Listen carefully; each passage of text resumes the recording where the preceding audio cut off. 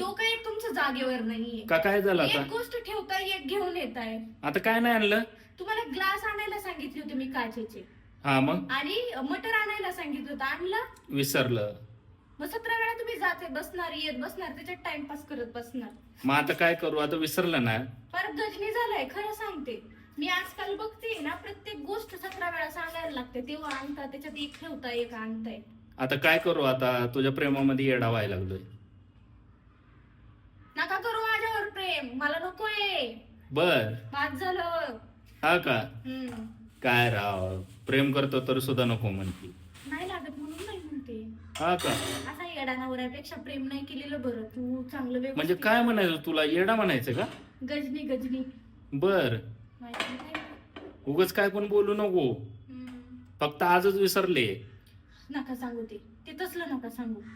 आज बीच नका सांगू. जाऊ तुला चान्सच पाहिजे फक्त वरायला. जा, घेऊन या. चाललो.